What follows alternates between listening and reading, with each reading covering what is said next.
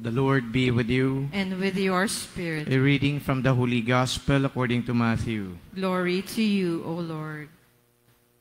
At that time, Jesus exclaimed, I give praise to you, Father, Lord of heaven and earth, and for although you have hidden these things from the wise and the learned, you have revealed them to the childlike. Yes, Father, such has been your gracious will. All things have been handed over to me by my Father. No one knows the Son except the Father, and no one knows the Father except the Son, and anyone to whom the Son wishes to reveal him. The Gospel of the Lord. Praise to you, Lord Jesus Christ. Ngayon po ang kapistahan ng mahal na Birhen ng Carmel. Ang Carmel po ay isang bundok sa Israel. Ito po ang lugar kung saan nagpakita ang mahal na Birhen sa mga monghe na nakatira doon. Sila po yung mga Carmelite monks. At dito po sa Mount Carmel, naging makasaysayan dahil nangyari po dito ang isang biblical event. Ano po ang biblical event na ito? Nung ang propetang si Elijah, kinumpronta niya ang mga propeta ni Baal. Silang dalawa ay nagpatagisan o nagtagisan. Sila ay nagpustahan, ika nga. Napapatunayan daw nila na ang Diyos na kanilang sinasamba ay ang totoong Diyos. Si propeta Elias ay sumasamba sa Diyos na sinasamba natin. However, the prophets of Baal worship Baal, a false god. At ano ang kanilang naging pustahan? Ilalagay nila ang mga animal sa kanilang harapan at kung sino man daw ang makakapugnaw sa Tagalog ng kumbaga mga hayop na ito, ang siyang dapat na paniwalaan dahil ang Diyos ang gumawa nito. And so, the Bet and Zud, at pinatunayan nga ni Prophet Elijah na yung mga animals na yan ay biglang nawala sa kanilang harapan at yung mga propeta naman ni Baal, hindi po ito nagawa. And so, the people believed in the God of the Prophet Elijah. And there, that miracle happened, kaya naman ito ay itinuturing na holy mountain. So, Mount Carmel is a holy mountain because it is a biblical site, and the site also where that miracle happened, telling the people that God is the true God and that Baal a false God. At dito rin po, sabi sa mga kwento, ang isang nagngangalang Simon Stock, okay, ay nanatili po doon sa Mount Carmel. Kasama niya po ang ilang pang mga Carmelite monks at ginugol po nila ang kanilang buhay sa kanilang paglilingkod sa mga tao doon, telling them about God, evangelizing them, and of course, ang kanilang spirituality is deeply rooted in the Blessed Mother. At dito din po, nabuo o di kaya ay umusbong yung ating pong pananalangin o kaya paniniwala doon po sa scapular, the brown scapular.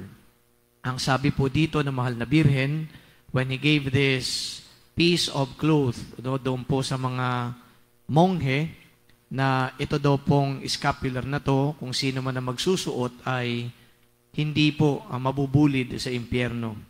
Lalong-lalo na kung ang pagsusuot nila ay may halong debosyon at hindi lamang debosyon kundi sila ay totoong sumasampalataya, naniniwala at isinasabuhay nila yung kanilang pananampalataya. So, nakita natin po dito sa piyesta ng mahal na Birhen ng Carmel ang samot-saring mga elemento. Yung pong si Prophet Elijah battling the prophets of Baal, and then of course the Carmelites, dito sila nag-start, and then the devotion to the brown scapular. At pag pinagsama-sama natin ang mga elementong ito po ang sumatotal niyan. Number one, that God is a powerful God. And we know that. But sometimes, even if we know it, that God is powerful, still, we are doubting. We are doubting because of the many difficult moments that come our way, of the many challenges. Lalong-lalo na kapag wala naman po tayo magawa dito, at tila baga tayo ay unti-unti na nadadaig, natatalo ng mga pagsubok na ito, tinatawagan natin ng Diyos, pero minsan parang yung Diyos walang ginagawa. Parang ang Diyos ay tulog. Parang ang Diyos ay mukhang napakalayo, distant. Bakit nananatili yung mga pagsubok na ito? Bakit hindi pa matapos ang lahat ng ito? So yun ang nagpapaweaken ng ating pananalig. At yun din ang nagka-cloud ng ating judgment at pananampalataya that that God is a powerful God. But then, this event in Mount Carmel should once again prove that nothing is impossible with God, that even the devil cannot triumph over Him. So please bear that in mind. So challenges may come our way, difficulties may confront us, problems may set in, but hold on to that belief that we have a powerful God, that no one and nothing can ever defeat Him.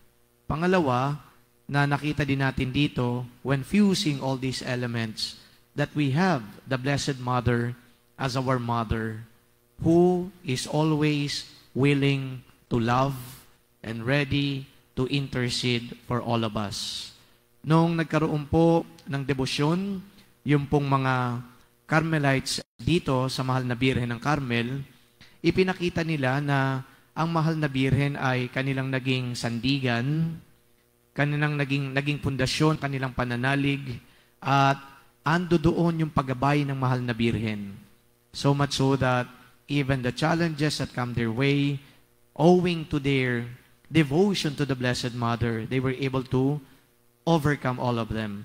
At kapag napunta po kayo dito sa Mount Carmel, ay makikita ninyo ang hindi naman siya malaki, pero mataas na estatwa ng Mahal na Birhen, poste po yan, and atop that post, nandoon po ang imahe ng Mahal na Birhen facing the Mediterranean Sea. And it is very symbolic. Bakit facing the Mediterranean Sea? At the time, grabe ho yung digmaan. Ay yung mga Muslims ay lumulusob po sa Israel, at doon po sila dumadaong o kaya naglalakbay sa Mediterranean Sea. At doon pa lang ho ay protected na yung mga tao dito sa Carmel. So much so that they believed that the Blessed Mother was there to protect them. Hindi sila, kumbaga, naigupo o natalo, nadaig ng mga kalaban, mga Muslims, because they owe it to the intercession of the Blessed Mother. At panghuli, tayo ho ay may mga devotion din, Yung mga scapular, ginagamit po natin yan. The promise of the Blessed Mother, I will repeat, for us not to suffer the fires of hell, gamitin daw po natin yan. Ito naman ho ang takeaway dyan, Sometimes, yung sobra-sobra ho na pananalig natin, naging extreme yan, so much so that itong mga religious symbols, images, scapular, rosaries, parang ginagawa na natin ng mga amulet. Marami ho akong, kumbaga, may nakikilala na parang ganun na ho ang turing nila sa mga religious symbols. Parang amulet, na kapag meron ka nito, ikaw ay protektado sa lahat ng kamalasan, aksidente, kung ano paman. Sumakay po kayo ng jeepney, ando doon po yung Santo Rosario, nasa harapan niya. Bago magmaneho, hinahawakan po yung Santo Rosario. Ganon din naman sa atin. Sa mga sasakyan natin, ando doon yung Santo Rosario. Hindi po yan pang display. Actually, the Rosary is even a private prayer. But we believe now that by having such in our car, we shall be protected. Pagtutuwid lang, yung mga religious image o symbols na meron tayo, these are aids to deepen our relationship with God.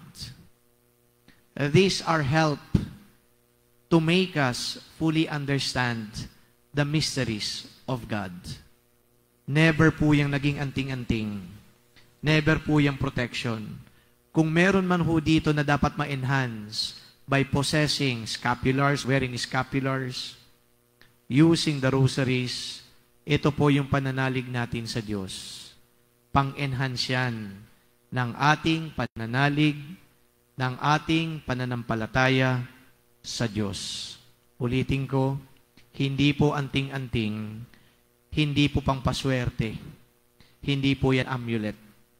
They are aids to make our knowledge of God deeper and our relationship with Him deeper. So as we celebrate the feast of the Our Lady of Mount Carmel, just like the protection that she gave to the Carmelites in this holy mountain, may the Lord also protect us through the intercession of our Mother, the Blessed Virgin Mary. Amen.